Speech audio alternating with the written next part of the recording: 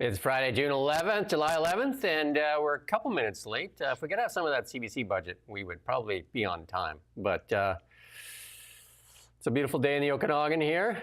Lots going on. Captain Chaos strikes again. Never fear, vacation is near. Job gains mostly part-time. Immigrants being exploited. CBC executives' feet at the trough. Canadians want bail reform now. David Eby and the F word.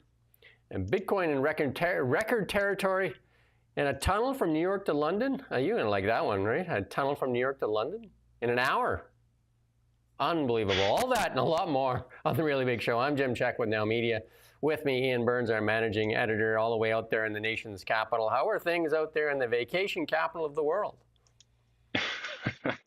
It is the vacation capital of the world, isn't it? They're not on vacation here. People that work here are on vacation somewhere else. But it's very nice, very sunny day, and very warm.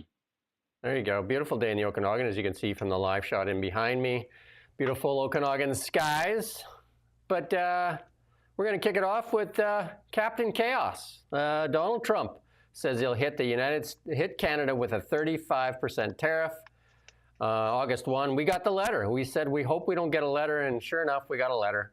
This is not anything that's covered under the USMCA, so it's just stuff outside the USMCA, outside steel and aluminum, and outside of copper. So the law, you got to have like a score sheet now to kind of keep up, right? Of what's tariffed, what's not tariffed, and but we were kind of saying like, well, let's hope we don't get one of these letters. Sure enough, we got a letter, and it's a 35% tariff. And he outlines in the letter here that one of his things, bones of contention, is one is fentanyl, and the other is that. Supply management deal that we talked about a lot here, the dairy farmers one. Those are the two things that are outlined.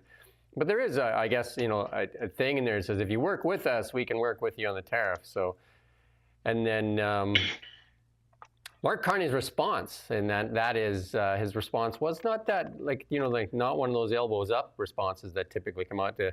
And he did say we're working hard on the fentanyl thing in North America. We're committed to continue that work with the United States to save lives and protect communities.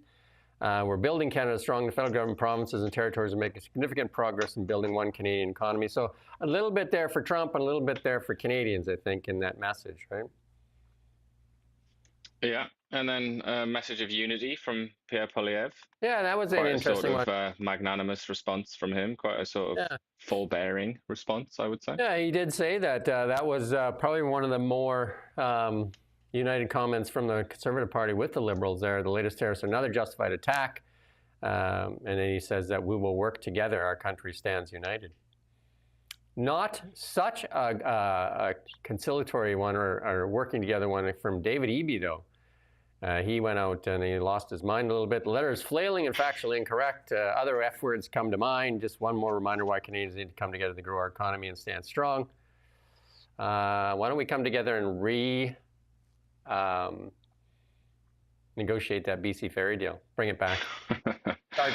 Start there. If you're worried about the Canadian economy, start there. And Harman Bangu replying to that. David Eby is slamming Trump's tariff letter, calling it flailing, factually incorrect, and full of efforts. But let's be clear, Eby is the last person who should be lecturing anyone on protecting local jobs. Eby is exporting BC jobs overseas. He handed over $1 billion ferry contract to the Chinese state-linked shipyard, a country that subsidizes dirty steel, abuses human rights, tariffs our country, and doesn't pay a carbon tax. There's only one real F word here: fraud. Yeah, it's getting naughty, isn't it? Getting quite aggressive out there in the Twitter sphere. David Eby doesn't have much room to talk if he doesn't pull back that ferry deal. I mean, that's ridiculous. There's a country tariffing us too. Huge tariffs too. Wasn't it 100% on our canola? Yeah, and pork products of some kind as well in there, isn't it? But I mean, it's beyond that, isn't it, with China? Like, we can have our grievances with the US, and I think we're justified in that, but China's just like a different level entirely. China hasn't played by the rules ever. They've been in the World Trade Organization for 25 years, and they've never obeyed by any of the rules that you need to obey by, supposedly, to be in that organization. So I mean, where to start with with China, and it is ironic, isn't it, that he concentrates on the US rather than China. But I suppose he's a politician, and he's just trying to reflect what he hears on the ground. I suppose he's trying to appeal to the masses, and I suppose he's right to do that. The masses don't actually care about China, even though it's it breaks every rule. It's just everything that they stand for. People in British Columbia, particularly ones that support David Eby, China's on the opposite end of the spectrum, but they don't really care. It's all about Trump, who, yeah, he's a little bit different, but they basically agree on most of most of the principles of civilization with Donald Trump. They would never admit that, but they do, and so does David Eby. David Eby and Donald Trump aren't actually really that different. David Eby and Xi Jinping are extraordinarily different, completely different people, completely different ideas about right and wrong and so on. So it's a bit ironic, isn't it, that we're focusing on the US, or he is anyway, let's say. Yeah, I think he's just using it for political points. But Harman Bangu there points it out, though, that is, like what you just said, that's really doesn't go, like giving that contract to China, doesn't go with what I would say used to be NDP principles of protecting workers. And here they are farming out work to a country that is accused of slave labor, human rights violations, using inferior products, and doesn't have an industrial carbon tax, has clearly huge competitive advantages to Canadian companies, and that's why they didn't bid. And then just focuses attention on Trump. And Tim Hodgson revitalizing his little that quote that has kind of died off there. Elbows up is his thing. That's it. That's just like, I think that's over, elbows up, but I don't think anybody really likes that anymore. Yeah, Carney's phrasing it differently, isn't he? In his one, he says the government is steadfastly defending workers and businesses. But it's interesting, you've laid into David Eby a little bit there, as has Harman Bangu. But what about Mark Carney? Mark Carney has it within his power. He hasn't spoken about it, but he has it within his power to kill this deal with BC Ferries. He could do that. Yeah. He could do it through the infrastructure bank, which BC Ferries relies on to make this purchase, or he could just do it by strong-arming BC. And he could say, I'm going to make your life hell, David Eby, unless you kill this deal. He could do that. He has a certain amount of power as the Prime Minister. And yet he hasn't done that. He hasn't even spoken about that, and nobody's putting pressure on him to do that. And then here he is tweeting about all the work he's done to protect workers. It's a little bit, that's also a little bit ironic, I suppose, or let's say hypocritical. But as for Trumpy poo, I would say we haven't featured it here, but I would say probably the most insightful tweet or comment that I've seen after this letter was submitted by or published by Donald Trump is from Erin O'Toole. And you don't hear that often, do you? Insightful and Erin O'Toole in the same sentence. But he came out and he just said, this is the end of the negotiation. This is the last couple of weeks of a negotiation, and this is exactly what you'd expect. The thing you have to do is like white knuckle it, basically, like, hold tight, get through. And I think that's probably right. Yeah. I think Donald Trump is he's probably annoyed at the deal that's on the table, and he wants to get something a little bit better, maybe a bit more access to the dairy market or something like that. And this is just like a last minute outburst from a man that does things like this, and we're all used to it by now, aren't we? Hence, the reaction hasn't been quite the same. I don't think people are quite as afraid anymore, are they? Because, we know what he's like, and this is very much him.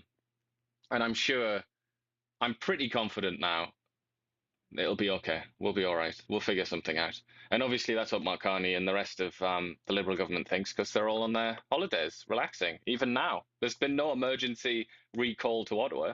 They're still chilling out. So, I reckon it'll be all right.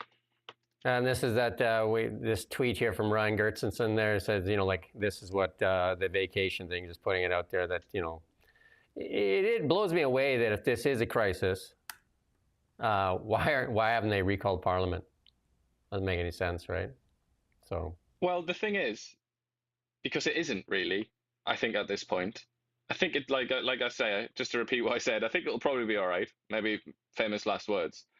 But the problem, and the reason that this still applies from this guy on Twitter, why it's actually quite a it's quite a cutting jab there, is because the Liberal Party keep telling us it's a crisis, even though they're acting like it's not. And that's kind of the basis of their power as well, is the elbows up. That's how they won power, and that's how they're maintaining power as well. But they don't believe that it's that serious. The stock market doesn't, although it did go a bit mad today, but they don't really believe that it's serious. And a lot of commentators also don't really believe that it's that serious, that something will be figured out at this point. So I think it's the charge of hypocrisy that's been directed at the Liberal government, I think. Yeah, Mark Nixon, another guy we follow on X there, you're pointing it out to, why is it other countries cut deals and, and then, we're gone on vacation here. And he points out that Pierre Poilievre said that he would work through the summer, and the Liberals worked the press release and called it a day. And that was really the big difference here. It's just, I don't understand this vacation. I just don't get it. Like, why would there's so many things to work on? Bail reform, like there's so many things that are in trouble here in Canada. Immigration policies, we're going to talk about a lot of it. There's so much work to be done. So much work to be done. And well, and as this guy points out, GDP per capita, the all-important GDP per capita. How rich are we? How rich is the average Canadian? And the answer is, about as rich as we were sort of 10 years ago, 11 years ago. That remains so important. We hear so little about it. And yeah, I mean, how many crises do we have? There's also the sort of climate crisis. We keep hearing about this. Yeah. Apparently the climate crisis, like we have to upend our entire civilization for this.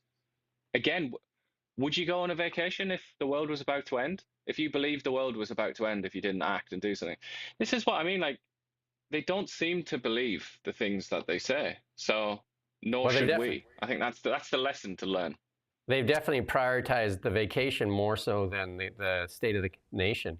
And even, we're going to talk about it here a bit later, that Stephen Fuhr, the local MP here, the Liberal MP, is hosting a get-together for other MPs here in the vacation capital of British Columbia. Have some nice days at Mushroom Beach, chilling out. I mean, on the surface, this looks good. Unemployment falls slightly across Canada as the economy adds 83,000 jobs. It's too bad 84% of those jobs are part-time.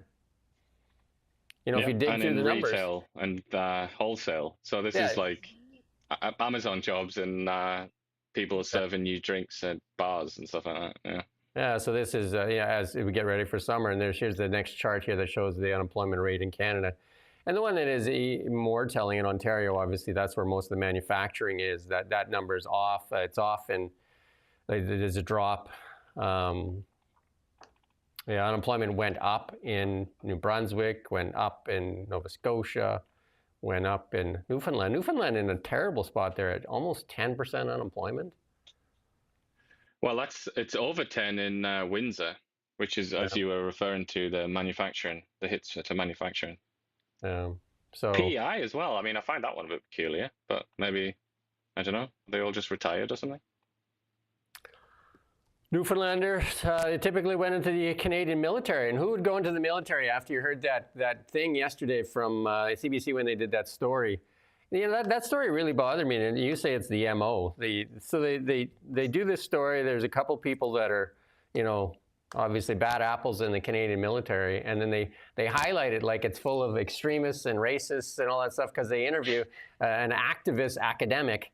And then, she points out that it's, like, what did she say? I can't even remember the words she used, but xenophobia and I don't know. It's the usual strategy. I mean, it's almost like boring at this point, isn't it? We've seen it done so many times with so many different institutions where it's called a straw man argument. I'm sure most people are familiar with that, where you kind of just invent a straw man. But in this case, they didn't have to invent one. They were given one. They were given these bad apples, as you say. And then they just said, oh, look at that. We now need a sort of left-wing revolution in this institution. That's been going on now for, I would say, 30 years, maybe more than that. You could probably trace it back to the 1960s. But at this point, I look at it, it's the same old playbook. It's extremely boring at this point, I think. But I mean, obviously, in this case that we're referring to here in Quebec, it does sound quite extraordinary and quite weird, but we wait to see what the what we hear in court. Yeah, and like I said, most of those jobs were part-time jobs, so nothing to get all excited about. And then if we look at the youth jobless rate, not good across Canada. So if we pull up that chart there, that bar chart there, showing, sure, yeah, there you go. It's if you exclude the pandemic there, it's at highs not seen for quite a while, right? So the youth really suffering. And Since then the 90s, yeah. Yeah. So again, the immigrations that was used to kind of, and that's the thing we're going to talk about here. In the end, the immigration was used to kind of suppress wages at the low end of the scale, even to the point where we've heard lots of stories here locally, and then about abuse of rights and all that kind of stuff, overworking, underpaying. And here we have actually a father and son charged for exploiting foreign workers, working them 90-hour weeks at motels and gas stations, stuff like that. Alberta RCMP say a father and son are facing multiple charges after allegedly coercing 4 foreign workers to clock up to 90 hours per week at 2 businesses without proper pay. RCMP say they began investigating Edmonton last summer after receiving a complaint about exploitative working conditions at the gas station motel they owned. And that motel is located in Fox Creek. I worked there for a while in Fox Creek. And the gas station. Police allege the men also charged the workers for rent and harassed their employees. Investigation found workers who are from various countries accrued more than $160,000 in unpaid earnings, and there may be more victims. And the 55-year-old man and his 26-year-old son are facing a total of 5 trafficking and person charges. And this is what the accusations have been in both sides of the border. A lot of people have called this modern-day slavery because a lot of these people, especially the ones that are here illegally, don't speak up because of fear of deportation, so they get exploited by these people, whether that's in the agriculture industry, as in here motel industry and stuff like that. So yeah, it is. I mean, it is slavery basically. It's not. The thing is, in a lot of people's minds, slavery is the Atlantic slave trade, and slaves working on a plantation in Georgia or somewhere in Brazil or something like that. Like that style of slavery. But slavery is obviously it's an ancient institution that has always plagued our species. And if you know about sort of Greek history, ancient Greek history and Roman history, slaves were used like this a lot of the time in just to do tasks, often sort of in the house, and you wouldn't exactly be able to identify a slave just by looking at one in ancient Rome. And it's kind of similar these days, I suppose, in Western societies, and they're often put into prostitution as well, which is another thing that we sex trafficking. They mention the cops mention it here, don't they? But that's another thing that happens.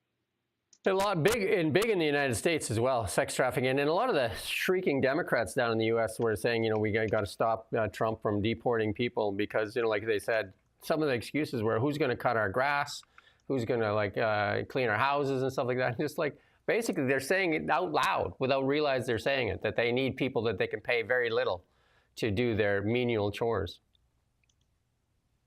Absolutely. Yeah, you do hear it quite a lot. And this is even in when I was a younger chap, during the Brexit debate in England, the same conversation was going on, where people were so naive, they were so foolish that they would open their mouths and say things like, who's going to do your plumbing when all the poles are sent home and things like that. It's like a lot of people really do just think of it that way. It's like we need infinity cheap labor because people must serve me, and it's increasingly now being recognized for the ugliness that it presents to the world. And if you want to talk about the real ugliness of it, they say in the United States there's 300,000 missing children. And so far, Tom Homan and his ICE have found 10,000 of these children. And he said that should be a nonpartisan issue. We're rescuing thousands. And they just cracked this thing, and they found a bunch of children working at a marijuana grow facility using child labor. At the same time, Democrats are trying to block them from getting in there. They're actually trying to shield child labor. It's just trying to protect the slavers, not for the first time in the history of the Democratic Party. It's just I don't even know how they can stand up and talk like that. And then when it gets exposed, then they they just shriek uncontrollably. And then, it's going on here in the Okanagan as well. We've heard stories that are, like nobody wants to talk about it, but where they've been paying $40,000 to get over here. And then some of these people are using them in the agriculture industry, and they're actually making money on getting them here and then paying them less than they should get paid as well at the same time. Again, and then the way they're trapped is because they say, "I'll call ICE if you disobey. I'll shop you in," sort of thing. So there you go. And then here's one where Mark Miller, who was this is a reporter getting some questions. We're going to play a small clip, and this is their typical answer when they're questioned on this. Listen, right at the beginning, he says it. Are you going to take accountability for the destructive immigration policies that you have, sir? I understand you don't like immigrants. Excuse me, sir. That's a false misrepresentation of me. I actually appreciate all. Stop it there. And he just goes on, but that's the thing that they go with, right? They accuse you of being a racist right away, as opposed to what it's done to our nation's just housing, absolutely healthcare. Appalling, isn't it? That. No. Yeah. But that behavior, so that's slander under the, you could argue that in a civil court that qualifies as slander. And that's what that guy with the camera seems to know that, where he's saying that's a misrepresentation. Because for him to just come out and say, I understand you don't like immigrants, absolutely appalling. This chap, Mark Miller, is a member of Canada's elite. He's a member of the ruling class. If you want to go back to ancient Rome, he would be wearing a toga, walking around in the Senate. That's who he is. And that's how he dares to speak to the people beneath him. Because he has no fear, really, does he? He doesn't care. The condescension and the arrogance of that man. I cannot believe that he hasn't been chased out of public life. I can't believe that his name can be uttered without, tomatoes being hurled in the direction of the person that says it. It's absolutely sickening. And I think it says in his tweet, doesn't it? Or you said it. He's done this so many times, Mark Miller. And this is a man, by the way, he's a member of the elite by birth, really. He went to school with Justin Trudeau.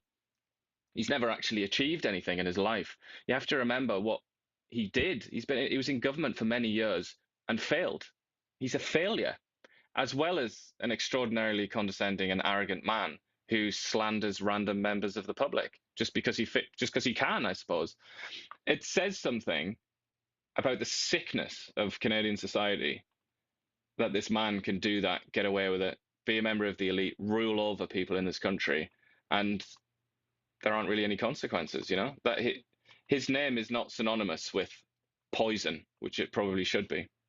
Yeah, the WHO even came out and said that the immigration policies here in Canada have led to human rights violations. I mean, they slammed what was going on here, and yet this is their reaction to these when people call out things like what's happened to our housing, what's happened to our healthcare, and inflation. And we got a clip here. This is another abuse here on our medical system here. Let's play this clip here. These are the doctors that have been found to be part of this big fraud here. Seeking more than $50 million in damages from several former employees, including executive Deepesh Patel, Derek Lal, and Neil Modi, along with contractor Paresh Sunny and construction firms BH Contractors and GBI Construction. The claim accuses the group of manipulating procurement processes, inflating invoices, and awarding contracts to companies with secret ties, actions that LHSC says amount to civil fraud and breach of fiduciary duty. Patel, the former vice president of facilities, is alleged to have steered millions in contracts to companies linked to Sunny, his close associate, without disclosing conflict of interest. One company alone, BH Contractors, reportedly received nearly $30 million, including $21 million for a window replacement project. LHSC says that project cost $10 million more than independent estimates. LHSC is seeking more than $50 There you go. Again, not doctors, I don't think, but I don't know. They're going to dig into that one a little deeper, but a lot of fraud going on, or alleged fraud. Allegedly. Allegedly. Alleged fraud. And then the housing fund. This is Gregor Robertson here. The housing fund adds 5%. Cabinet signature housing plan saw a modest increase of 5% in select housing starts And that's what the Budget Office said yesterday. Housing Minister Gregor Robertson has said starts must double to restore affordability. Very little of the funding allocated under the Housing Accelerator Fund was spent in the first year, wrote analysts. Jurisdictions participating in the fund issued about permits for about 31% more units and saw 5% more housing starts than their 2018 to 23 average. But that's a long way off of having how we're going to double this, right? Doubling construction was an enormous undertaking, said Dugan. It's going to be difficult to attain, and I don't see how we will attain it. That was one of the promises from Mark Carney. So they're going to double the housing constructions from an average of about 250 to 500,000 starts with no real plan on how they're going to do it.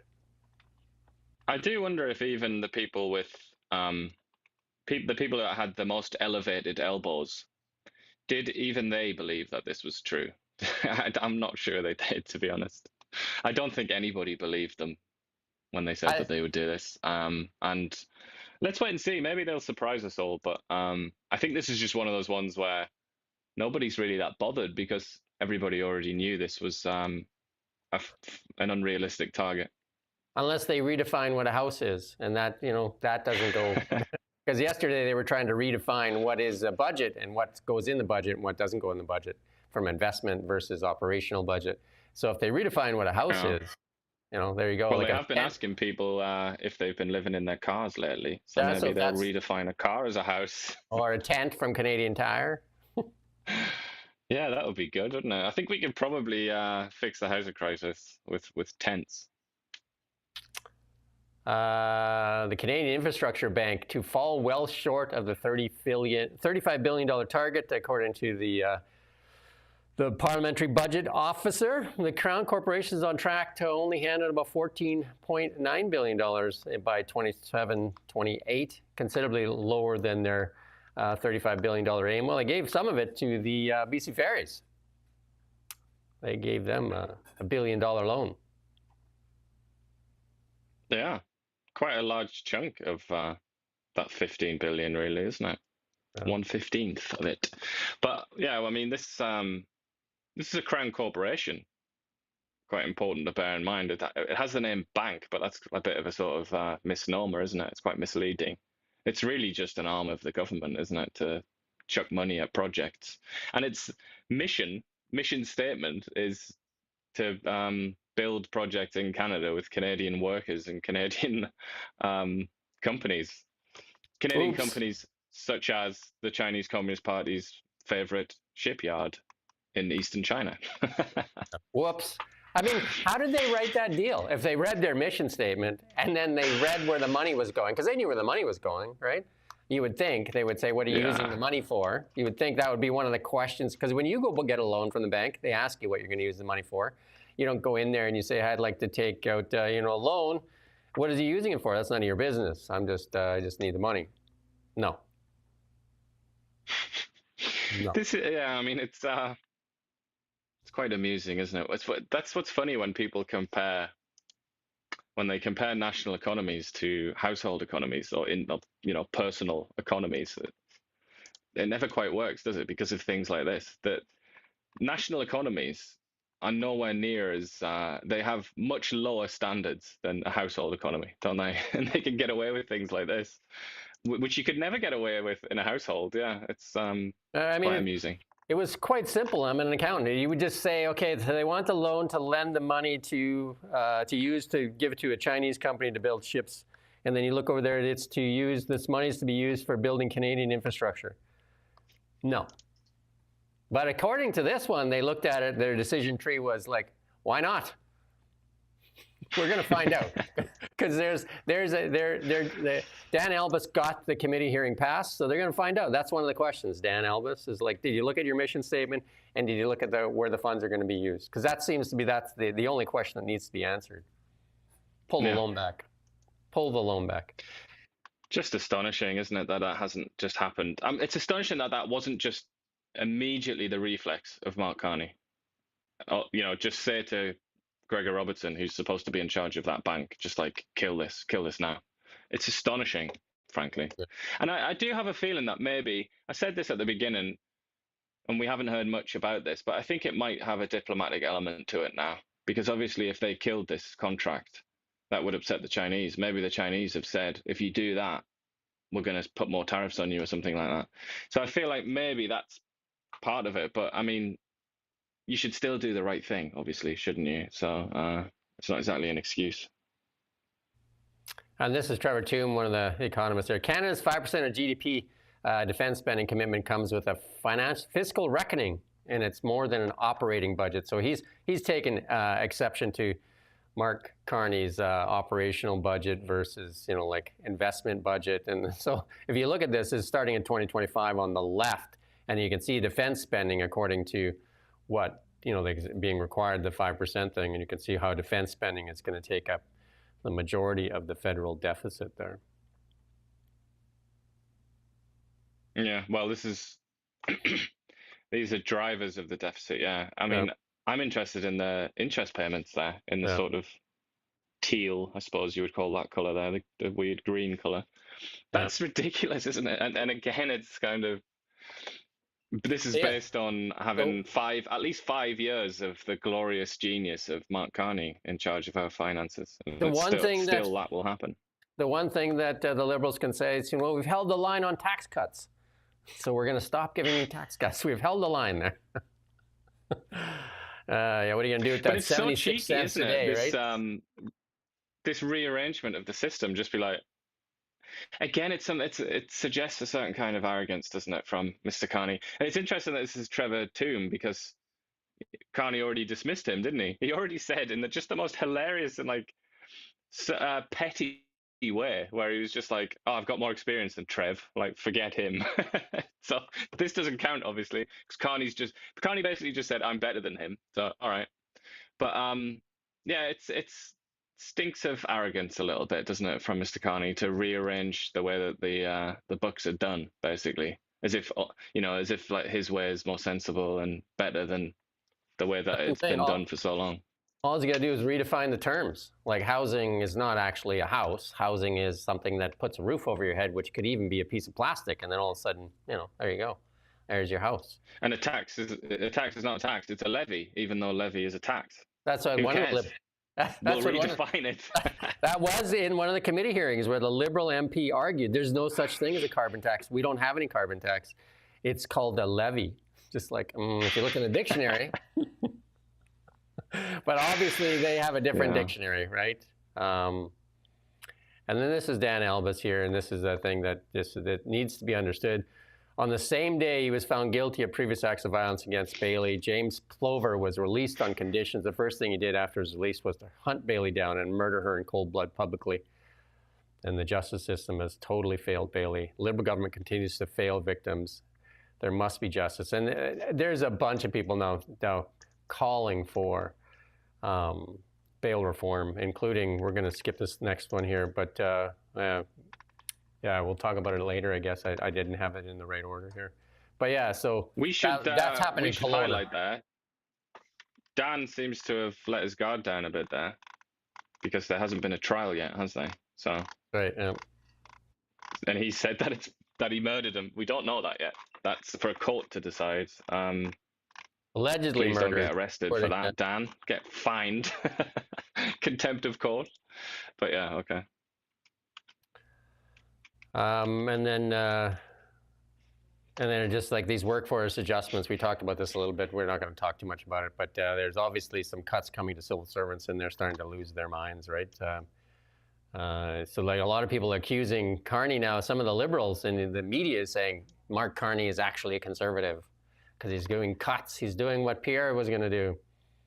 Uh-oh. Yeah. Who'd have thought Mark Carney would let you down, eh? His elbows were so high. And did you see his resume, by the way? I did. You had to vote for him, really, didn't you? He was never going to let you down. And Jolie here, Jolie's just like, she's just saying Trump's copper tariffs, Canada will fight against it, period, says Jolie. I mean, sure, everybody's like shaking in their boots when Jolie speaks. Copper futures, though, higher. Copper futures at like over 550 there. And copper, that has moved copper up, which is, in a way, good news for BC copper mines because they ship most of their copper to Southeast Asia there. And whereas, some of the Quebec copper goes to the U.S. But copper in general, like higher copper prices, we've been fighting against these lower copper prices for a long time, which made a lot of mines unfeasible. And coming from the mining industry, like the price of copper, that makes a lot of mines that have been sitting on the shelf feasible. Like that, if they can maintain that price of copper, that's the key thing, right? So a higher copper price is actually really good for copper and really good for Canada in general. You just got to find alternative markets for some of the eastern copper there from some of the bigger mines out in Quebec and that. But, like there's other markets, including Europe. And they have a port there, out there in Quebec, don't they? That they can access to ship some of that copper? They only like to use that port to bring in oil from Saudi Arabia and places like that, don't they? They don't want to use it for like anything filthy, like transporting Canadian exports into the world. They're not interested in that. And people have to realize too, copper is one of the main ingredients for this new electricity AI world that we're talking about. Copper is huge in all that stuff. So copper is in huge demand, and we need a higher copper price. China played with the price of copper for a long time, actually flooding the market with copper. Anytime copper started to move higher, they would flood the market with copper, pushing copper down, which would put a lot of the mines out of business here in Canada and the US. So higher copper prices are actually good for the copper industry in general on both sides of the border. And then one of many abuses that China's committed, or I should say the Chinese Communist Party has carried out against the global economic system. But David Eby, again, just to go back to our good friend Dave, doesn't really seem that interested, does he, in that kind of thing? I mean, that's the least of it, isn't it? I'm sort of I've been reading quite a lot about China lately because I felt like I wanted more China knowledge, and the extent to which they've sort of systematized this process of dumping and destroying businesses around the world, and commodity extractors as well. It's the world has never seen anything like it. There's nothing even close to China, is there? And the more I learn about China, the more astonished I am when I see the likes of our good friend, Mr. Eby, just silent basically on China, wants to give them $1 billion for ferries, and then gets extraordinarily upset about the latest bluff from Donald Trump. Yeah. And here's another one. And rare earth minerals is another thing that the Chinese government controls, because they used to dump into that anytime rare earth minerals started to go up too. But the stuff that Trump is doing, this is the first rare earth mine in 7 decades that's they're breaking ground on in the United States, opening a rare earth minerals mine. And like after that war in Ukraine, it's become so relevant that we have our own access to our own mines and minerals and stuff like that. Because if a war comes on, it takes time to get a mine up and running. Like you just can't decide tomorrow, like, oh yeah, we're gonna get that copper out of the ground. You have to build and construct that copper mine, the rare earth minerals mine. And this one here I was gonna play the clip on it, but it's a little bit long. But this will stoke mining in the United States, and it will stoke mining here in Canada. And if the Liberals would actually help fast track some of the mines and minerals here in Canada, like it takes right now 20 years to get a mine permitted in Canada. 20 years. And I worked in a mine. And you compare that to Big Don, because he mentioned that in his letter, didn't he? He said, if you move your businesses to the US, we'll fast track it. And he's like, by that, I mean, in a matter of weeks. Like that's what he's aiming for big projects, to give them approvals. Yeah, so like, I mean, we have to get out of our own way. Like if you look at this Bill C-5 and the carve-outs in there of all the people that have to okay something, do you know what I mean? Like, in one breath, this is a wartime measure. In the second breath, this like, well, hold on, we're going on vacation, and we give all these carve-outs. Everybody has to kind of like give a stamp of approval. That's not going to be in weeks, is it? And it's because they're too afraid to upset people. And, Donald Trump, say what you want about him, and I've said many things about him, but he's not afraid to upset people to get things done, is he? And that is the exact opposite of the Canada's elite in recent years. They don't dare upset anybody except truckers who come to protest in Ottawa about COVID vaccines. But they're so reluctant to say to, I don't know, British Columbia, for example, like, just shut up, take the pipeline, I'm getting rid of the tanker ban. Or say to Quebec, stop sabotaging every attempt that we make to try and improve the economy in Canada. that doesn't happen. They don't do it. Maybe they could take a leaf out of old Donny's book there and get comfortable with the idea that you might have to upset certain people sometimes if you want to govern properly. And then this is just somebody that posted this stuff out here and saying Alberta refusing to enact Carney's federal industrial carbon price. I didn't confirm this or anything, but I just put this up here because it's just that Alberta has really had enough of delays. Delay, stall, delay, weird wording, confusing wording. Now, like you've seen Mark Carney's recent tweets, he's like, because it used to be Canada will be an energy superpower. Now he's changed that to Canada will be a clean energy superpower, which Daniel Smith would probably look at and say, what? And after saying, what did he say? Very highly, very likely that a pipeline is one of his plans. There was three He's all over highlies the in place, there. isn't he? And this sort of tallies with what I just said. I think he's terrified of upsetting people. And I can understand that, I can understand that if you go to a dinner party and somebody's obnoxious and annoying, you don't want to upset them necessarily. And you don't really have to. You can just be quiet and go somewhere else in the room or whatever. But when you're the leader of a country, you've got to upset people. That's kind of necessary. You have to do it. You can't but agree he with just everybody. wants everybody to love him, I think. No. We're going to go back. I've missed this clip here from Melanie Joly. Can we play this clip? Can we go back there just above this? Because we can't resist playing Melanie Joly when she speaks so intelligently on where we're at.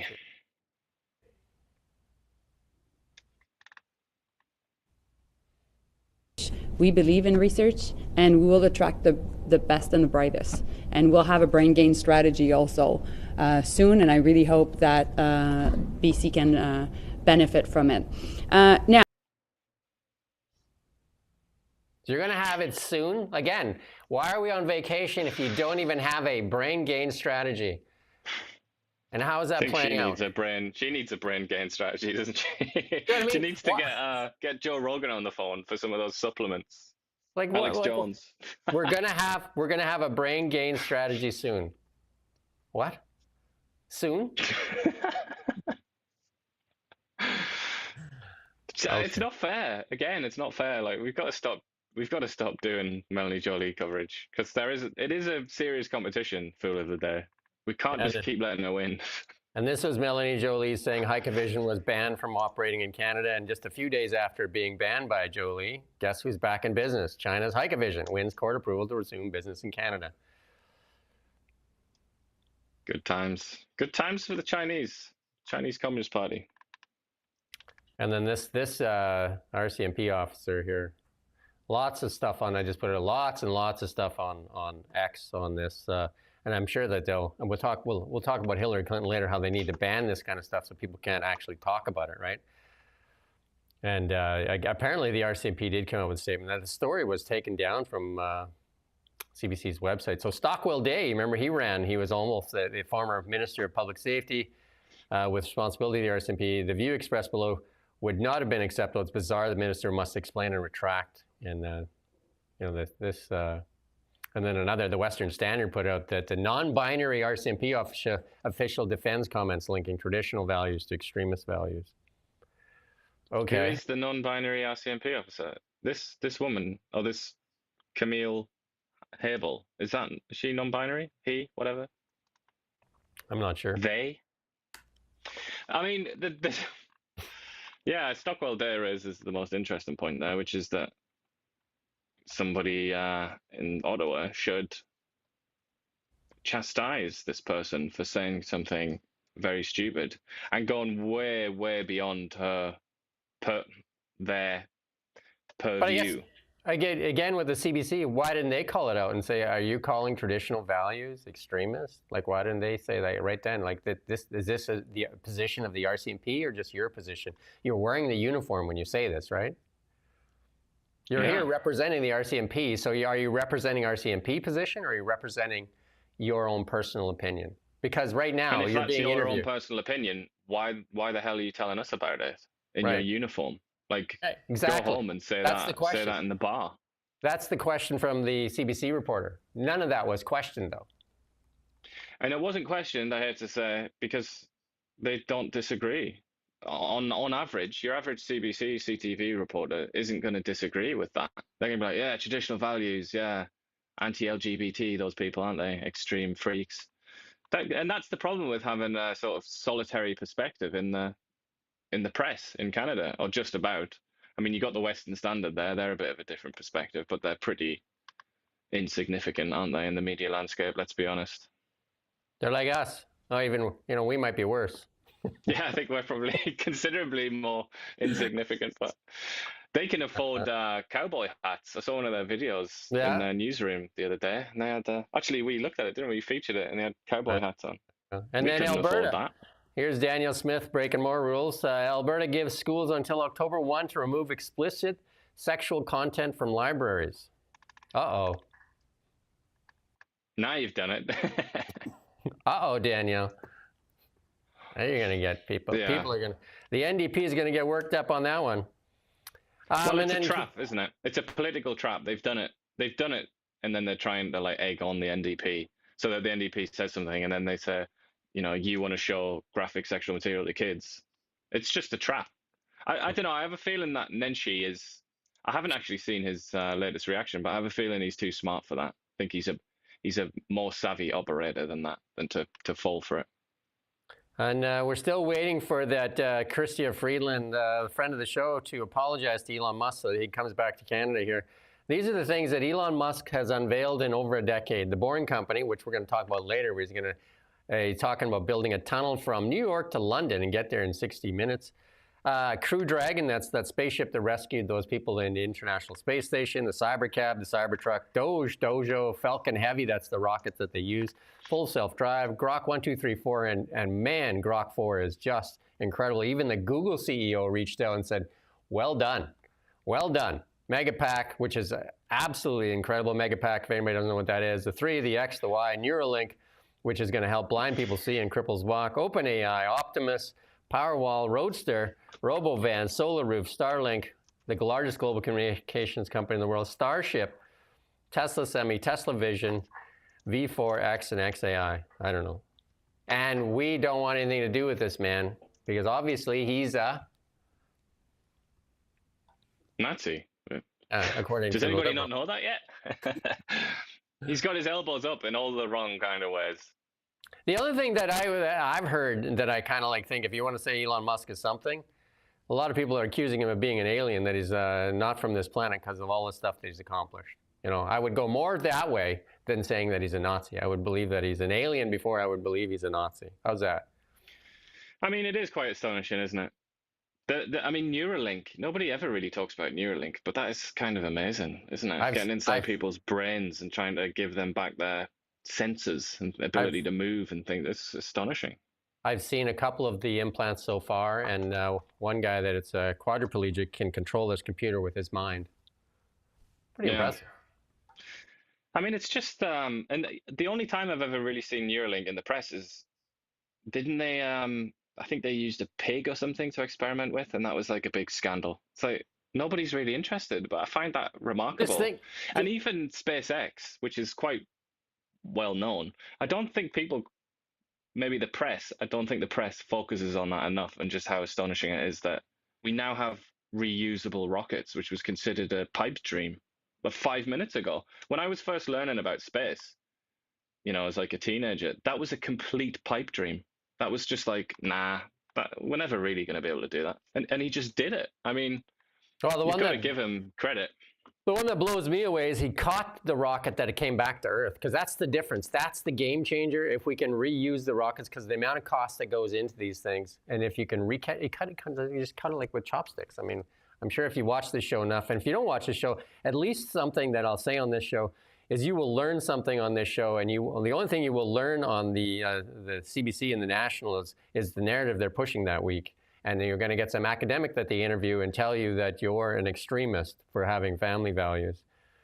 Well, obviously, we don't have enough. That's why I listen to the CBC, is because I want to know what the establishment thinks, and that's the value it provides. That's why I also read the New York Times. That's why I also read the BBC.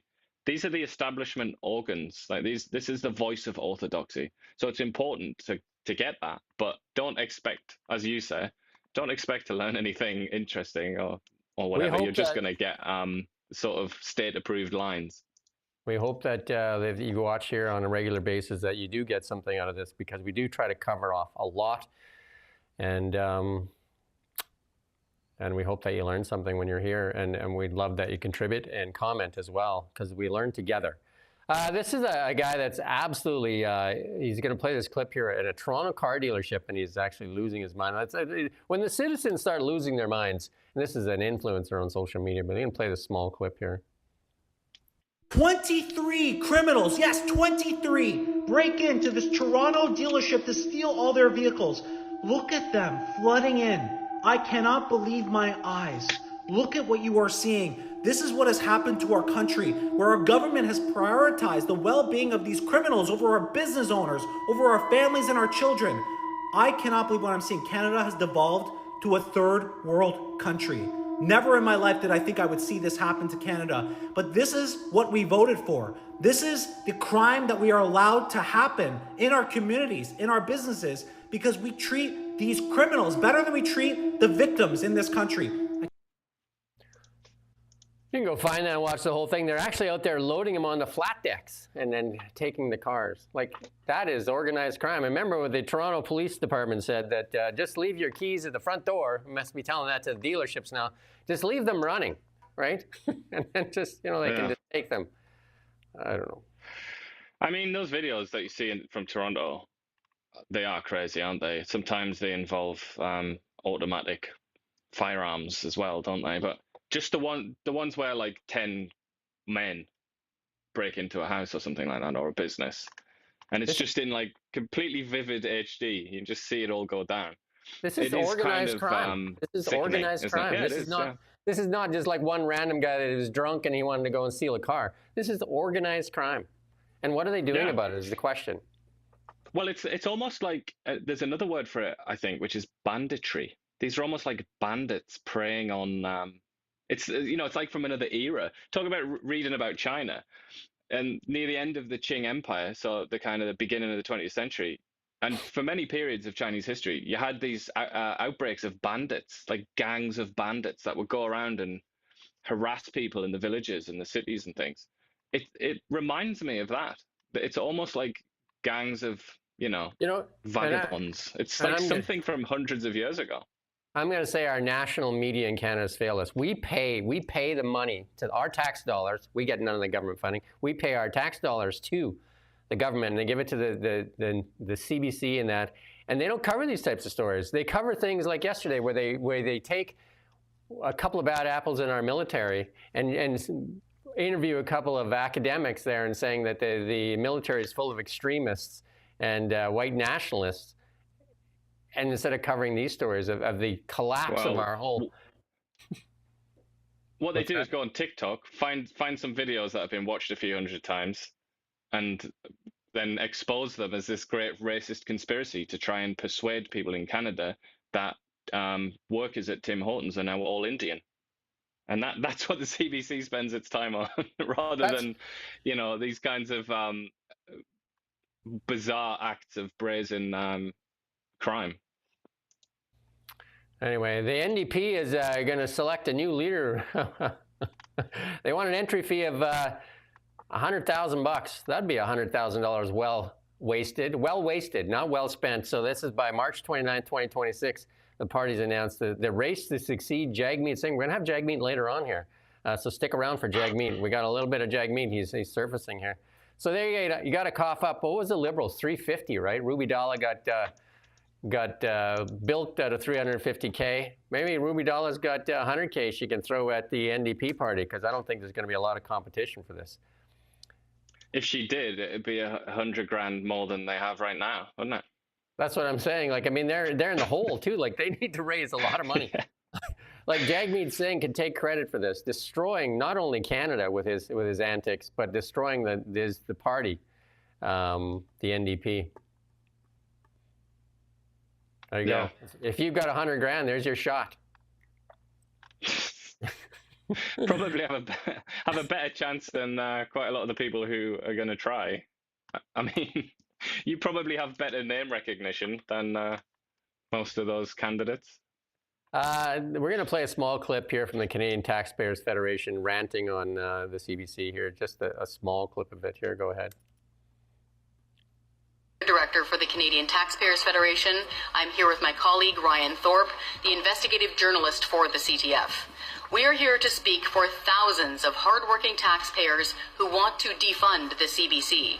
This needs to happen for three important reasons. The cost of the CBC. Nearly nobody is watching the CBC, and journalists should not be paid by the government. First, the cost. Let's stop here. Yeah. You can go watch that full clip. She goes into it quite a bit, like the cost. And let's show you some of the costs. Here's this other story that from the Canadian Taxpayers Federation that was put out a couple hours ago. 1,831 CBC employees got six-figure salaries in 24, and those salaries cost taxpayers $240 million. That's just the executives, right? CBC Sunshine List balloons 318% since 2015. That's where your money's going. So remember, Bill C-18 is what's killing local independent media. The Conservatives campaigned on killing Bill C-18, which has blocked us from putting our news and denying us our audience of 200,000 that we earned over 10 years serving our community. The Liberals, on the other hand, promised to just give the CBC an increase in budget. They got an increase in budget. They got an increase, and what's the first thing they did? They gave themselves, the executives, a raise, not the reporters. They gave themselves a raise. And because they said that Canadians don't like bonuses because they got all mad when Catherine Tate had to justify her bonus. And then, so they're just going to work the bonus into their salary. And look at this. This is 2015. There was 438 staff that were making over 100K. And then fast forward to 24-25, 1,831 staff now making up $240 million. And journalism is very much a results-based industry, isn't it? So clearly they're being rewarded for their superb results. I mean, everybody loves the CBC, don't they? Massive viewership figures at the center of our political and cultural life here, I think, in Canada. Well, so if you go play the rest. If you go play the rest of that clip from this Canadian Taxpayers Federation, they talk about their audience is minuscule. Like people are like barely watching. Their highest ranked show is a show they bought that's not even like, outside of their news hour. I think that in the news hour, they're getting like 1.7% or something. It's really small. And yet, look at this. They can tip the balance though, can't they, as we've discussed, because there are still people in this country, usually in the older age brackets, that have faith in that institution and think that it's the bee's knees, and they vote. So I guess that's the point. Yeah, and the food professor put this tweet out here. I think they're doing a test of the fire alarm here. The food professor put out this tweet here saying, over 25 years of working with media and journalists, I've observed a troubling pattern. Agri-food reporting often shaped more by ideological slant than by commitment to objective analysis. Too often reporters have leveraged their platforms not to inform but to guide public opinion, subtly or not subtly, telling you what to think. And he's saying, should we start outing these people? Yeah. Well, he's quite a cheeky chappy, isn't he? Yeah. But that's not just when I say he's cheeky, as in he probably will out them, that is. But I'm hearing that it's an actual fire drill, by the way, Jim. So you might be kicked out of the building shortly.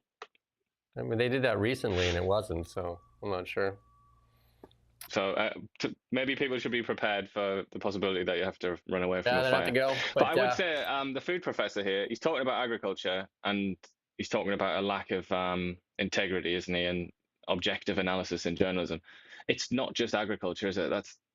That's the important point. It's everything. It's every aspect of our society has been politicized and is infected with ideology.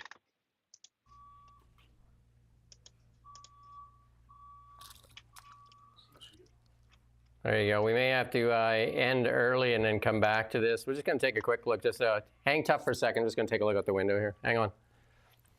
This is the length to which the masterclass will go to stop this broadcast. There you go. Yeah.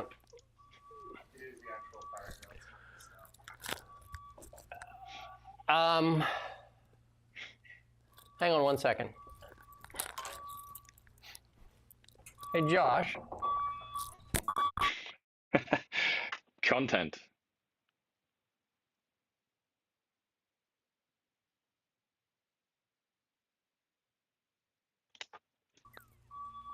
Yeah, it's an actual, just a fire drill. They just want everybody out of the building. But I guess we're going to have to come back to this. And we're going to cut it short here and then come back because they just want to see the building evacuate and then come back in. Unless you want to continue on, Ian.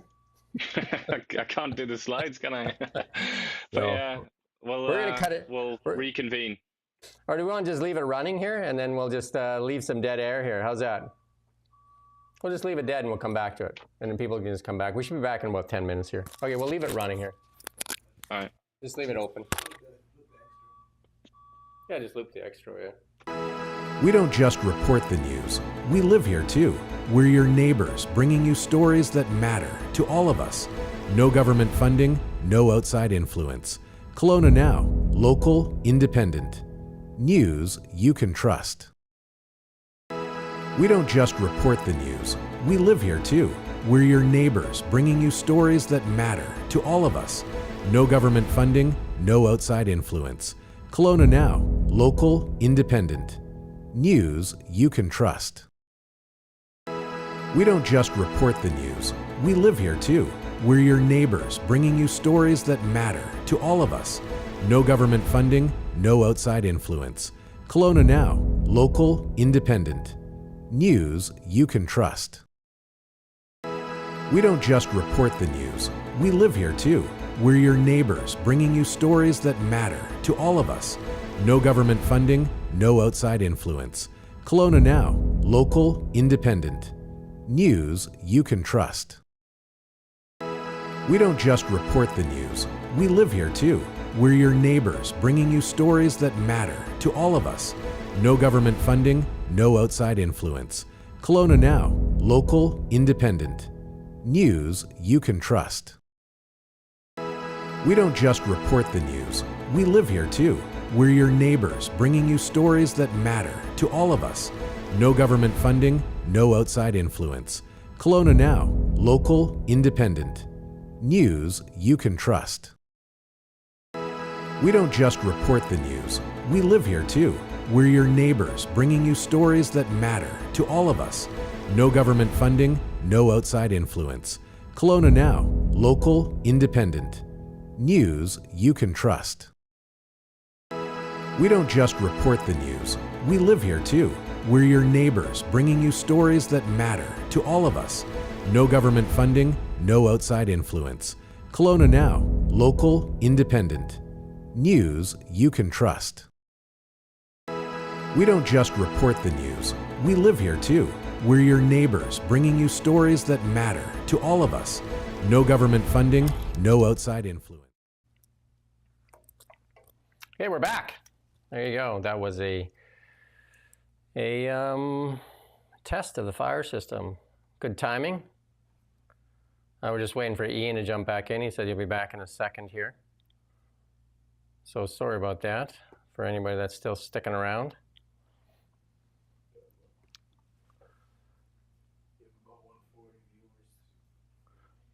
Okay, we're actually on though, right? So just waiting on Ian.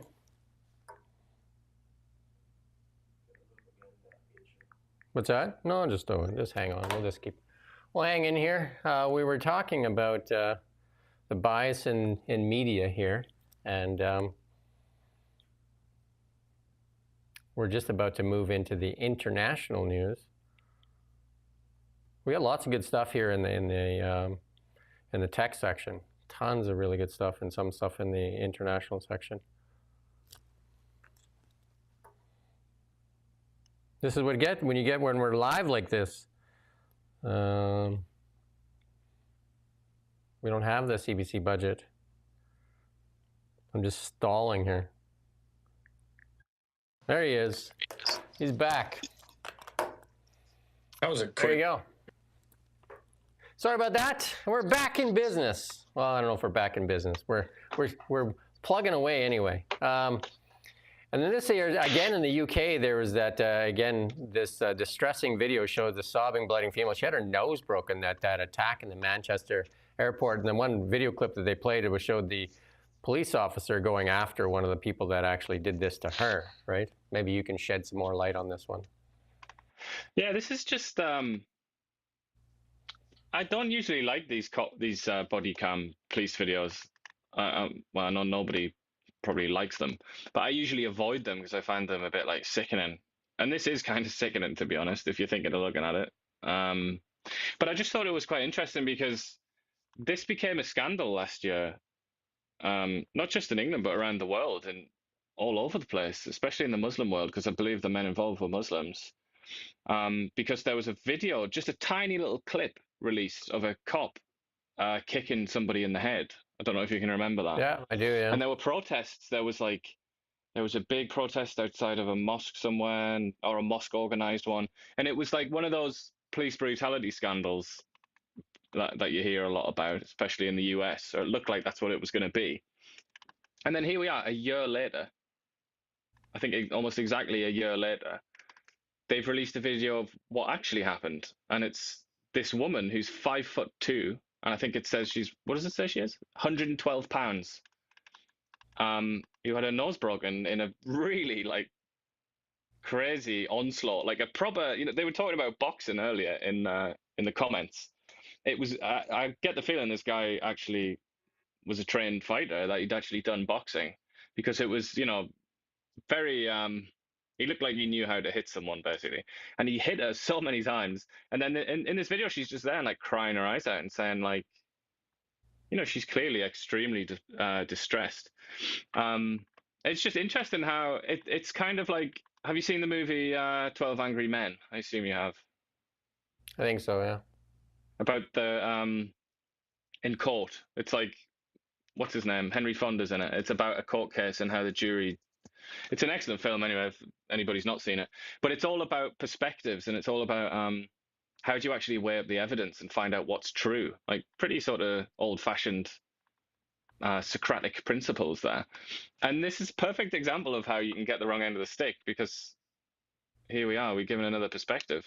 But I mean, there are so many other aspects to this as well. Like a lot of people have been talking about how wise it is to have a woman who's 5'2" and 112 pounds as a kind of enforcer in the police, in the police force. Whether that's a wise thing to do, it's another question, I suppose. People are supposed to respect the police, but there you go. We're going to move on to BC News, though, and this is Macklin McCall, the local MLA for BC, the Conservative MLA. Canadians are calling for urgent bail reform. The federal government and the BC NDP must act now. The tragic murder, again, the alleged murder of Bailey McCourt in Cronulla exposes a broken bail system that's putting lives at risk here. And the Saskatchewan government, Battleford Mayor's pen a letter demanding bail reform. That's Scott Moe there as well, right? So there's a lot of people really upset on bail reform. And then, the Liberals promised bail reform too, so we'll see. But obviously later, right? Because, they're on holiday right now. But it's so many, how many years now? It's just one of those things. It's like change comes very slowly, doesn't it? With this Liberal government, we've learned that over recent years. Like they could be working on this right now. Yeah, but they've chosen instead to go on holiday. It's on the way, hasn't he? Stephen Fuhr, Kelowna MP. But we could speed it up instead of having a holiday. Yeah, but there's also a story, talking about the judiciary. There's a story on Kelowna Now, out of Prince George, which concerns a man who was found guilty of stabbing a woman. And the story is about how his jail sentence has been reduced because his father is Cree, a member of the Cree nation. And also because he grew up in a black neighborhood. And the judges said they failed to consider that in the original sentencing.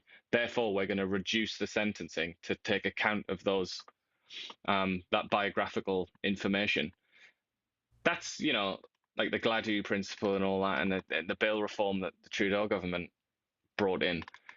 That's the kind of thing that has led to these crazy stories where people have been bailed when they really never should have been, or they've been released after having committed quite serious crimes and not serving very long in jail.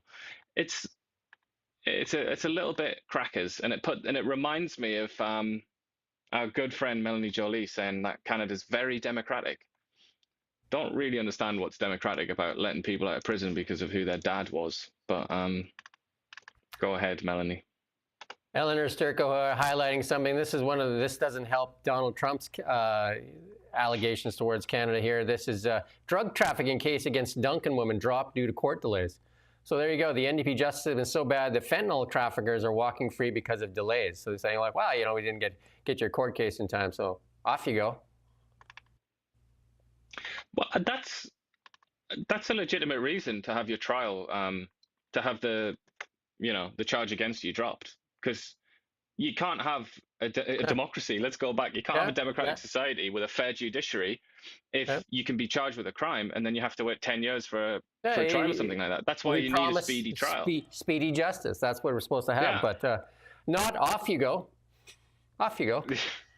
Well, it's the fault of the government. Obviously, it's the fault of the people who are in charge of maintaining this justice system. And every time this happens, it should be a gigantic black mark of shame on the people that allowed it to happen. Canada has spent, in the words of Chrystia Freeland herself, in her words, Canada has spent the last 10 years, wasted the last decade with identity politics and virtue signaling. And you can say that about the Liberals and the NDP. They're guilty of that, and they continue to be guilty of that. And it has real consequences. It has very, very serious consequences. It's life or death. We were told for a long time that this was just culture wars and that you're an idiot if you were bothered about it. But we're seeing increasingly that the consequences of this can be death or serious injury, the destruction of people's lives. And then this is Harman Bangu calling out David Eby again. He said, Bill 7, that's what David Eby wanted. Bill 7 gave Eby the power to act without debate.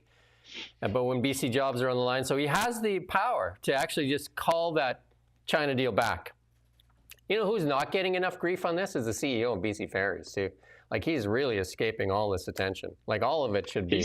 He's quite defensive as well. It's interesting to read his comments. He's not apologetic, not at all. And in Kelowna, more Kelowna news here, that some pediatric service, Josh did the interview yesterday, some pediatric services will resume in KGH here next week. I mean, that's a positive sign, I guess. Again, I think 4 new pediatricians here. Isn't it? Yep. And there you go. The holidays are coming to Kelowna. Stephen Fuhr, the local elected MP here, who's also said Bill C-18 has to go, but he'll get around to it, he said when our reporter questioned him as when we're going to get around to it. Around to it, that's what they used to sell in Mad Magazine, that round to it. A circle with to it written in the middle, around to it. So he's going to host 20 Liberal MPs in Kelowna for 2 days of golf, wine, and whatever. I don't know if that's what they're going to do, but they'll be on, while they're on summer recess, the BC Liberal members of Parliament will be doing some work in the Okanagan. We'll see if we can send a reporter there to question Bill C-18 over and over and over and over again. Yeah, well, Stephen Fuhr has said that he dislikes it, doesn't he? He says that he wants rid of it. So, to be fair to Stephen Fuhr, that's a lot more than basically any other Liberal MP has been willing to do. He's pretty much the furthest, the most committed within the entire caucus, as far as I'm aware. So, yeah, he was questioned again, and he stood by his words too. He said, because Steve McNall asked him, and he said, yeah, no, I stand by my earlier comment during the election, and after he was elected, he said he stood by his comments. So we're going to move on to markets. Well, I was just going to say, when I spoke to Jenna Sudds, quite a prominent Liberal MP, used to be in the cabinet, she was saying that at least half of the Liberal caucus doesn't like it, doesn't believe in it. So, well, if that's true, one does. The guy in charge, and the guy in charge of Bill C-18 does, though. And he is Stephen Guilbeault, and he says it's immoral to even question it. That means that half the Liberal caucus is immoral, then, according to my sources. There you go. Markets, stock markets. Bitcoin. Wow, Bitcoin. Record highs, 117,640. Crazy. What's that in Canadian dollars? Anyone take a shot at it? Too much. Too much. 145. Oh, no, more than that. 160. 160,901. Whoa. There you go. And there's some people calling for Bitcoin could hit 150 in Q3 on macro and regulatory tailwinds alone. We talked about wind in the sails for quite a while, and that's yeah. So that's there's I listened to another analyst calling for 250. I know a lot of these people call for these crazy numbers when things are taking off like that, but yeah, Bitcoin on fire. The stock market, off margin, but everything's at record highs. Stock market off by 345 points right as of now. But again, not a big deal. Yeah, and then oil. Oil is, I don't think I have it on my thing here. There you go. Oil. Oil is relatively flat. I think it's up $1.73. There was another attack by the Houthis there on a Greek ship there. So Western Canadian Select down a bit though. West Texas Intermediate up at 68.40. Western Canadian Select down at 54.22. But this is Ohio Governor candidate Vivek Ramaswamy. He was going to be part of that Doge thing too. And he's saying that he wants to include Bitcoin education in public schools. And Florida's governors also said they want to do financial literacy in schools. That would be a smart thing to do, have financial literacy in schools. Instead of sexually explicit books in schools, maybe do some of that stuff. Like, I don't understand why sex is so important in schools. Like what is going on there? Anyway. It is a bit odd when you point out that there is no real personal finance. Yeah, there's no financial literacy, and there's only home ec. Like, a lot of the kids, they couldn't even cook. Like, I took home ec when I was in school, but I mean, that should be a basic thing. Learn how to cook.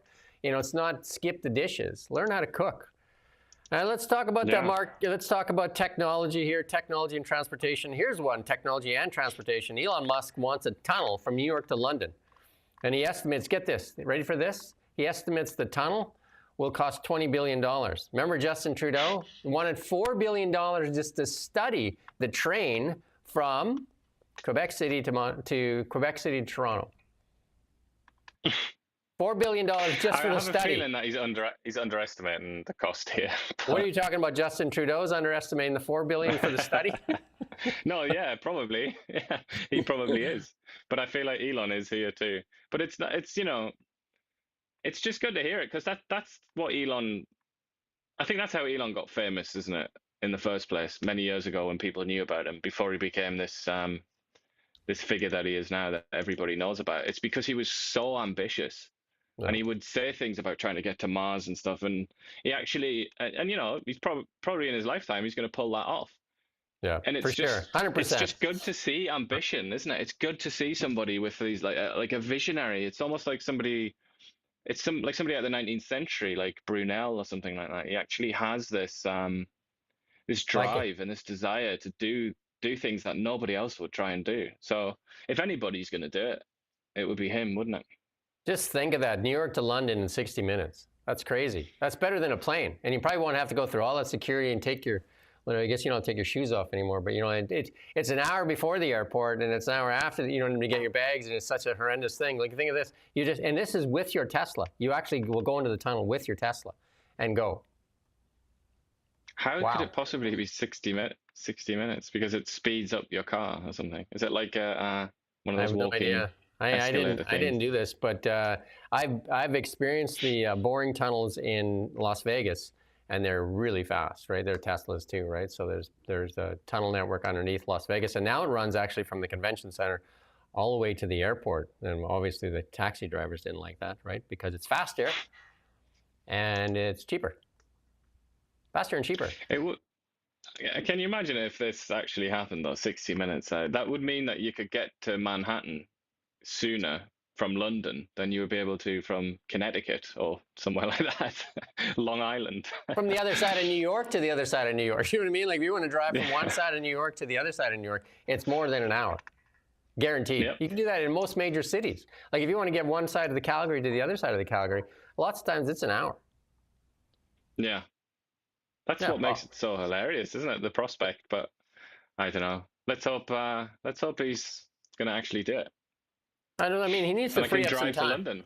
Hey, we need to free up some time. Like maybe stop on the politics, Elon. You're not going to get anywhere with that. Like the old saying is, wrestle with a pig, get covered in mud, and the pig enjoys it. So just stop wrestling with pigs. And let's just get on with the business at hand here. Let's get to Mars. And this is Google CEO Sundar Pichai congratulating Elon. Just like Grok 4 has everyone impressed. That Grok 4 broke the internet. I mean, if you haven't tried it yet, it's called Super Grok on there. You can go on X and you can get it. It is absolutely incredible.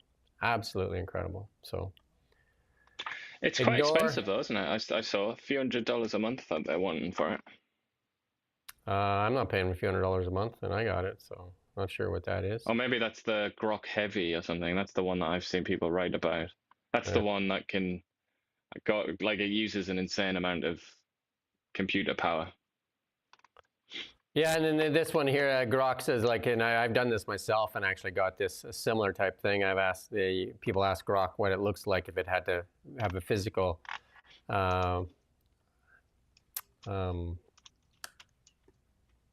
appearance, and this is it, a glowing ball. We won't play the clip here because it's pretty boring. Grok 4 coming to your Tesla, though. If you have a Tesla, guess what's coming inside it? It's supposed to be within the week. Elon says next week at the latest. Hopefully that comes to Canada too. There you go. Chaotic smartass. There you go. A therapist, a theorist, all that stuff. You can talk to your car as you drive. As the car drives you, they got nothing else to do. You can argue with your car. Yeah, well, you're going to need to be entertained, aren't you, if it's self-driving? We got some good news for you if you're wanting to buy a Tesla in Canada. The Model Y is now going to get shipped out of Giga Berlin. So the tariffs are gone. The $20,000 tariffs are gone for Model Ys only right now. So it's a Model Y is coming from Giga Berlin. So that's reduced the Model Y prices in Canada by 20 grand, bringing it back to pre-tariff levels. So you can get yourself a long-range all-wheel drive for the $64,990, down from $84,990. There you go. That's crazy, isn't it? 20 grand price reduction. Just like that. Like, I mean, Canada's got an EV mandate, and then, the tariffs, you couldn't buy one of the best EVs on the planet. So, and here's some big news. If when Chrystia Freeland and them thought they were going to punish Elon Musk, they're not. It's officially opened in India on July 15th. They're going to start selling Teslas in India. There's a market for you. Mm. Yeah. And then there was that just thing. Just the 1.5 billion people there to sell to. And I thought I'd put it in there, but that, when Chrystia Freeland accused Tesla of fraud in that $43 million EV rebate, well, the investigation's over and Tesla did not commit fraud, and they're going to get their $43 million from the Canadian government. But I'm sure that, because if they're going to renew that rebate, I'm sure they'll make sure to explicitly exclude Tesla from the next one. Again, doesn't make any sense. You must drive an EV. Can't drive. We don't want you to drive the best EV. Don't make any sense. I mean, it effectively removes it entirely, doesn't it? Why have an EV subsidy if it's going to miss out the main EV producer? But I'm pretty sure that's what they're going to do. And then this one, we talk about solar all the time, and this is, we're doing it all wrong. America added 56 gigawatts all last year, and this is solar energy. China added 93 gigawatts last month, just for comparison. The last American nuclear power plant was completed in 2024. It took 11 years to build, cost $35 billion to generate 1 gigawatt of power. People don't understand the importance of solar. And I'm a big believer in solar and clean energy. I just think we need to sell our oil and gas now and use that money to invest into cleaner energies. But we better sell our oil and gas now while there's somebody willing to buy it. Yeah, definitely. And it's even then, all this talk about how it's going to become a stranded asset and that kind of thing, there's always going to be some use for oil, because it's not just used for for cars, is it? It has many different uses. Yeah, look around your room. It's all over. It's in your clothing. It's in the plastics. It's in like your television. It's everywhere in your room. Like if you just look around your computer, plastic. It's like, that's oil. And again, you would say that's carbon captured oil, right? Because it's captured. Yeah. But according to the Liberals, it's not. You got to ban plastic, which is like, what? Anyway, Japan has broken the internet speed record with 1.02 petabytes. I didn't even heard that word before. Petabytes per second, fast enough to download the entire Netflix catalog in a second. This is what's coming. This is 4 million times faster than the Canadian average. And if you're using some of the big suppliers of internet, it's probably like a lot faster. I actually used Starlink for the last 2 years, and Starlink is supposedly going to be, there's a new technology coming with Starlink too, that it's just going to make Starlink just like crazy speeds, like crazy speeds. And Japan is showing how to get it done. That's good for Japan. We don't hear a lot from them lately, do we, in technological breakthroughs? And OpenAI is going to launch an AI-powered web browser. Goodbye, Google. Hey? Yeah, well, to be honest, that can't come soon enough for me. I used to really admire Google 10 or more years ago. I used to think it was like a great company, but they've just become progressively worse and worse and worse. And even the way that they run YouTube, Google Chrome, and then search, forget search. So yeah. And this is Jensen. Google. And we're going to play this clip, but we won't. Jensen Huang was on Morning Joe. We talked about a little bit yesterday, and he said it best. AI won't take your job. It'll be somebody else that's using it will take your job. And that's the thing. There's the tools available. You can ignore them. You can be the guy. You can be that newspaper publisher that says people need to buy newspapers. This is what the Canadian Bill C-18 is protecting newspapers. Like, who's buying newspapers? And the same thing, I remember that commercial back, and it was like they were sitting around 10 people sitting around a room, and they got to figure out how to sell more CDs. And the guy says, why don't we just put them online? And then, the guy thinks about it for a second, gets all angry. How's that going to sell CDs? Right? Anyway, you can pretend it doesn't exist. Here's one in our health section here. This is Dr. Asin Malhorda here. He was picking up his award there at the House of Commons there. And he said some stuff there that shocked a lot of people, I guess. It's time for the medical establishment to admit that they made a terrible mistake. You should go read the whole article here. It's a little blog he wrote there. But and why he said it is because he said, it has to do with the COVID vaccine, right? And he said that we need to really look at that and the mistakes that we made, and we're forcing people to take something that maybe they shouldn't have taken. And this is the British House of Commons, isn't it? I believe. Yeah. Yeah, because I was wondering that. I was like, that can't be Canada, surely. And yeah, sure enough, it's not, because the discourse in Canada is so narrow on the subject of COVID-19. It's such a restricted discourse. You can't talk about anything really, at least not at the highest levels, without being called a lunatic, basically. Whereas Britain, which is pretty narrow as well, but at least they've got this fella in the House of Commons, this doctor who has an alternative opinion and different perspective. Yeah, he was there getting his award. And he said reanalysis of the Pfizer and Moderna's original randomized controlled trials revealed one was more likely to suffer serious harm at a rate of 1 in 800 in the short term than one was to be hospitalized from COVID. That means disability, life-changing event, or hospitalization. In other words, if an independent analysis had been done at the beginning, it's likely the mRNA product would likely not have been approved for single use in a single human being in the first place. Instead, by the end of 2021, governments around the world went beyond coercion to mandate these products, including using suppression and censorship of dissenting voices. Yeah, that last sentence is absolutely true, isn't it? I don't know, obviously I don't know about what he's talking about here, the medical side of things, but in terms of the media and government, yeah, that's true. I would go and read his full thing. Again, he was there accepting his award. He's one of the leading cardiologists in the world, so there you go. Go see what he has to say. Before, if it's in Canada, they'll figure out a way to block it from the internet. But there you go. And then we're on to our fun part of the day. and where we pick the fool of the day as well. And Jagmeet has resurfaced. Look at this. There's a little clip here we're going to play of Jagmeet. They found him.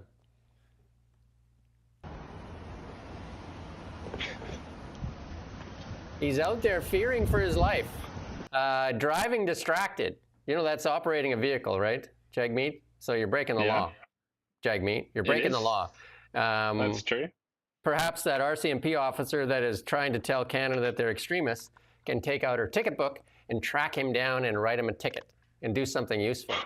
It's trying to tell Canadians that their family values are extreme. Yeah.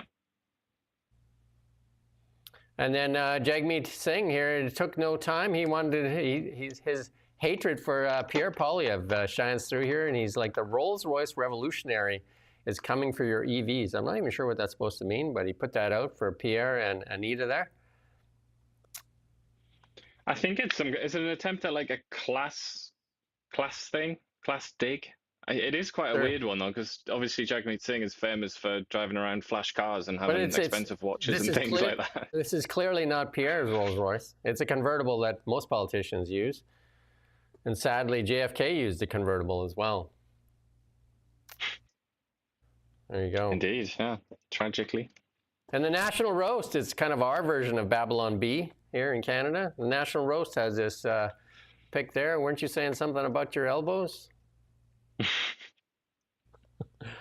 Oops. And then, and here she is resurfacing again. The leader of the free world, the person that, you know, is all about democracy. Hillary Clinton. Yeah, Joe Rogan here, a little clip here to play from Hillary.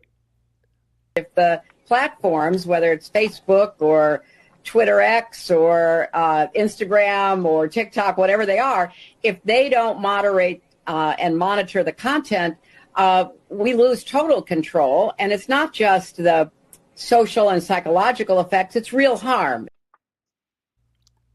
I guess the question in this is, who's the we? We lose total control. Who's we?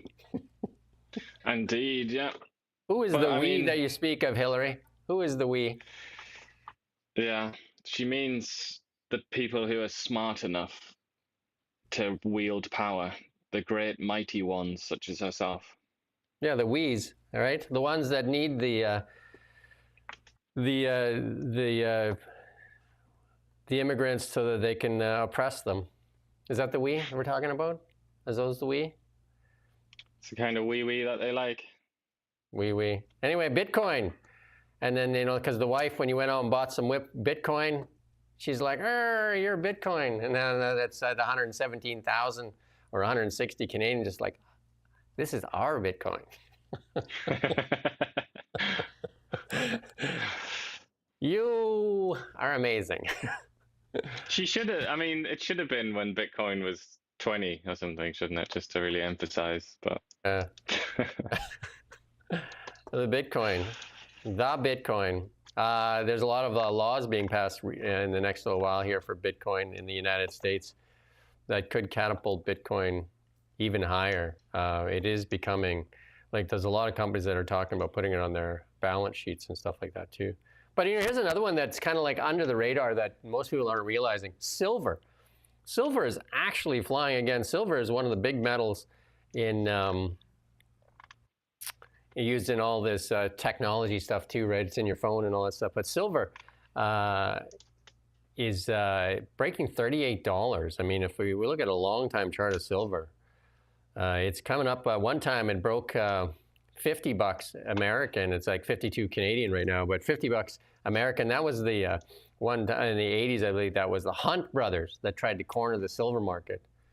And silver spiked and then fell off huge with the Hunt brothers when they tried to corner the market in the 80s. And then the other time that it kind of shot up there, it was briefly when gold touched the high there in 2008 financial crisis there. But if you look at a chart of silver right now, it looks like it wants to go back and challenge all-time highs. Silver, the poor man's gold, but silver holding very well over the $35 mark. So all the commodities are. Stock market at highs, silver at, not a record high, but silver at highs, and like at least 5-year highs anyway, 10-year highs. And copper high. I don't know, we could go on and on and on, right? And you know what all those things have in common? Canada has lots of them. We just don't want to take it out of the ground. Somebody should show those charts to Mark Carney and the Liberals. Look at the vast riches underneath your feet. Look at them all. Look at them all. Silver, copper, gold, uranium. What about nickel? Potash. These days. How's nickel doing? We can take a quick look here. Nickel.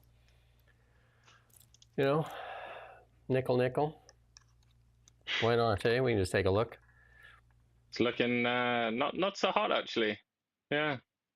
What's happening, nickel? Well, that's pretty good, actually. Like, I remember when I worked in the mine site, nickel was like under $4. I mean, nickel did go to a high of $21 like a ways back, but you know, like nickel's typically in that $4 range, right? Like, you know, $4 or $5, right? So, there you go. There you go. But we have tons of mines that are at high levels, and according to the rare earth minerals as well. Lithium, huge. And we have lots of it. We have lots of oil and gas too, lots of LNG, lots of stuff. It's in the ground. You got Bill C5, you got Bill C7. Make Canadians rich. Make Canadians rich. Is that a thing? Make Canadians rich? What is that, MCR? Make Canada rich again. There you go, Mucka or whatever you want to get. I don't know. McCraw, yeah. I think that's better than elbows up, hey? Make Canadians rich again? Make Canadians rich. Yeah. That'd be better a good one, wouldn't it? Better than elbows up, anyway. Elbows up, yeah. I'm surprised that Tim came out with that, because I think it's being retired, isn't it? You're off for the next 10 days, so you're gone. And I believe that I won't be here Monday, so we'll be back on Tuesday. Andrew's going to sit in, and then Iain will be back in 10 days. And I'll be back on Tuesday. I'm going to take Monday off here. I'm going to Calgary. And see if Calgary still allows British Columbians to cross over there. See if there's a border there yet. Yeah, maybe they'll have a measles barrier now. I'm going to Cowtown right after the Cowtown Stampede is over. So anyway, we do thank you for watching, and we'll see you next week. And we'll see Iain in about 10 days. Cheers. We don't just report the news. We live here too. We're your neighbors, bringing you stories that matter to all of us. No government funding, no outside influence. Kelowna Now, local, independent. News you can trust.